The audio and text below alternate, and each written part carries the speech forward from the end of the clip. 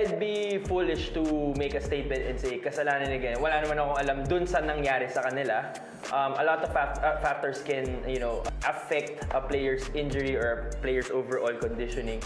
Pero yun yung sabihin ko, kami ni Dino, we're no strangers to injuries. But if Zion's career ended now in 2025, I would call him a bust right now. Only because he has played around 10 games, 119 games out of 3. In the first 4 seasons, less than 50% pa lang ang nalalaro niya due to injuries.